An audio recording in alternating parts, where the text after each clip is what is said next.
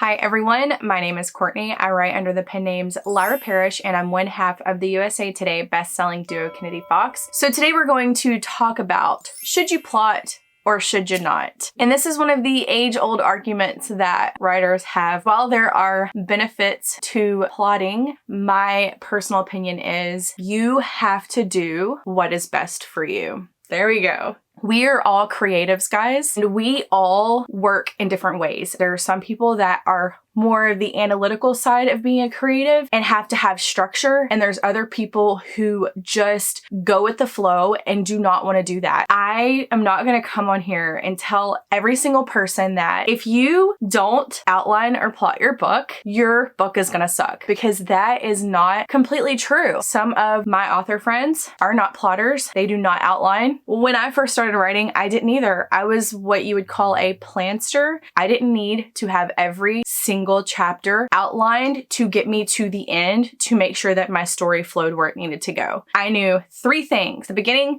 the middle, and the end. That's all I needed to know. And I could write myself to those points without having every little detail planned. And I think that in this writing world, you should do what works for you. You have permission to do whatever you want. I don't care what so-and-so says. I don't care what prolific author says this. A lot of people ask me why I do not give writing advice. I tell you the stuff to do afterwards, or the stuff that I've done while writing. I'm not here to give anyone instruction on how to write a book, because I feel like it's a very intimate process that you have to figure out yourself. And that's one of the main reasons why I absolutely love NaNoWriMo, because while maybe the words aren't such quality as some of the haters say to those who write in NaNoWriMo 100% taught me that I could finish writing a story from beginning to end. And it was the match that was lit that made me realize that I really could do this, that I really could become an author. My first NaNoWriMo book, it's not published. It's sitting still on my hard drive where it will die. It's not going to ever see the light of day, but that's not what the exercise was about for me the first time that I did it. And I think a lot of people judge those who do NaNoWriMo, and I think there are a lot of people who judge those who don't outline their books. And you know what I gotta say to them? Screw them. If you want to be an author, you have to sit at your desk or wherever you're comfortable writing, and you have to write the book. That's the first step. And it doesn't matter whose instruction you're following. It doesn't matter all the books that you read that told you that this is the only way. It doesn't matter. For the entire year of 2011, all I did was read books about writing. That's all I did. I wanted to know before I started how I needed to write a book. And you know what? All that time that I spent reading all those books to teach me how to write, I could have been writing, and I could have built that confidence that I got during NaNoWriMo writing. I don't give writing advice to people because the process is different for everyone, and what works for me may not work for you. There is not just one way to write a book that sells. There are people who wake up at the butt crack of dawn and they start writing before they go to work. There are people who don't have jobs and all they do is write all day. There are people like me who writes from the hours of 9 to 1 a.m. or all weekend long. And while the process of actually typing and putting the words into Word or Scrivener or a Google document, that's all the same, writing is something that I feel is personal. You don't know what works for you until you actually do it. I get irked whenever people are like, if you don't outline your book, then it's gonna suck. I don't agree with that. Now, as Kennedy Fox, yes, we 100% outline everything before we get started writing, but there are 2 of us. We are working at the same exact time, so it's very important for us to know what's going to happen in those chapters before or after what we're doing. I don't know if co-writing would be possible without outlining. I feel like it would be a lot of time wasted because you would have to wait for the other person to pants their way through their chapters and then read it and then try to come up with something that still works with that. But I think that if you are the only person working on your book and you've got this story that's been in your head for a little while, then you don't have to worry about that, because if for some reason you do block yourself in, you can fix it, guys. Every story that you've ever written can be fixed. It's true, it can be fixed. It might hurt to delete some chapters that just didn't work. Trust me, I hate deleting words, but it's necessary sometimes. It's absolutely necessary sometimes, especially whenever you're pantsing. But that doesn't mean that your process is wrong. You shouldn't take that type of negativity in your life, guys. This is your work. This This is your creative process, and you have to do what works for you at the end of the day. All of you out there who are struggling with trying to force yourself to outline because X, Y, and Z told you that you have to do that, throw that crap out the window. Write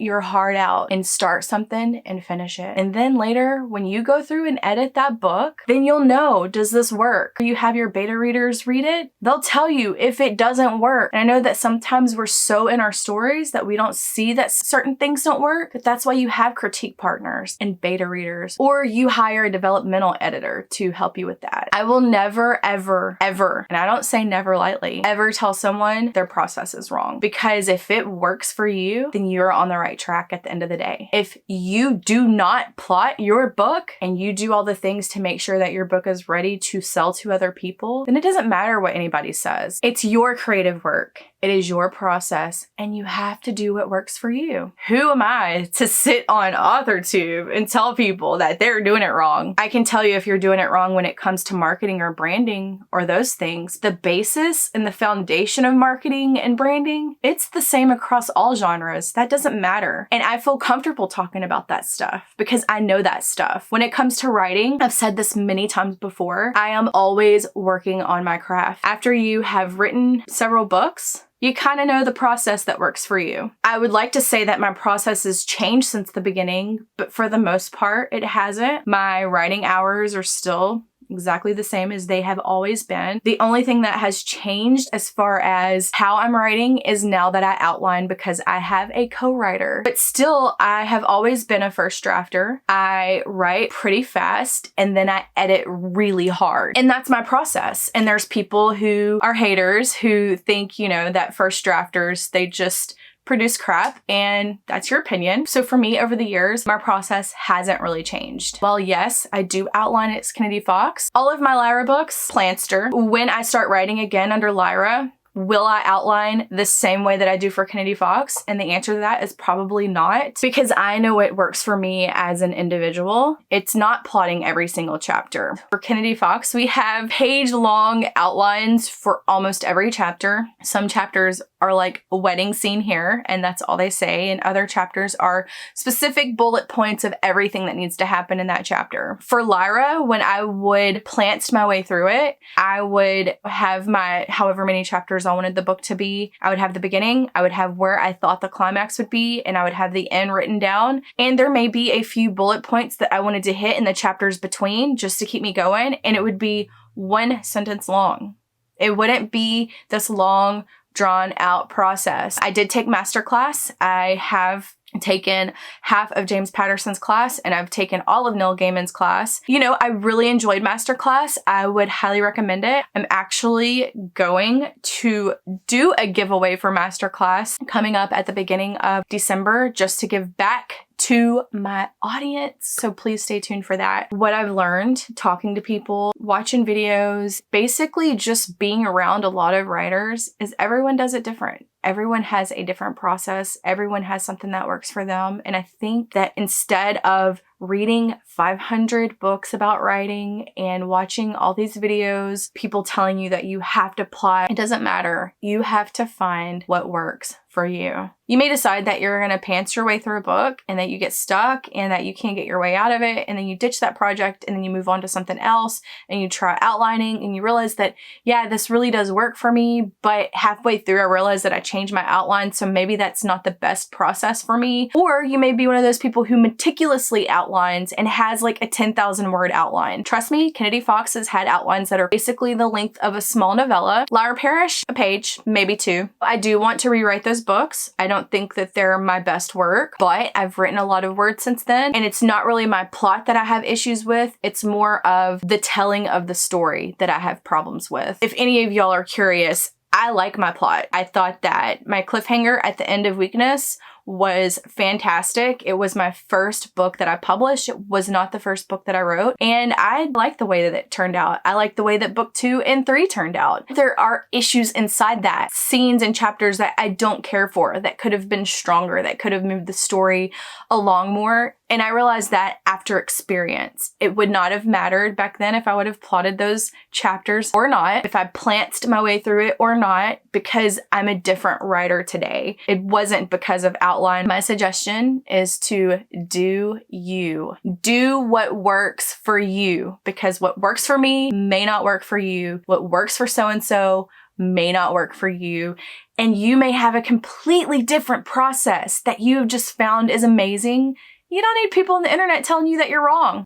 It's good to listen to other people's processes. That's the thing that I love the most, is to learn other people's process, because I think it's so interesting how people all kind of do things a little bit different. And sometimes I can learn things that really help me. And there's sometimes when I learn things that make me write just a little bit faster or helps me get from point A to point B quicker. If you are writing and you are finishing your books, you're taking the proper measures to make sure that they're the whole package when you publish them. It doesn't matter what anybody says. At the end of the day, do what works for you. I hope that you enjoyed this video. If you have any questions at all, as always, feel free to leave them below. You all know how much I appreciate you. Like, I really do appreciate everyone who comes to my channel, who leaves a comment, who messages me on Instagram, who seeks me out on Facebook. Like, I appreciate you. It makes all of this worth it. I know that a lot of people are like, why are you doing YouTube? It's a waste of time. And it's because I really enjoy this community, and I really enjoy being able to share what I've learned over the years with people. And as I have said many times before, I make these videos for the past me, the me who had nobody to talk to, the me who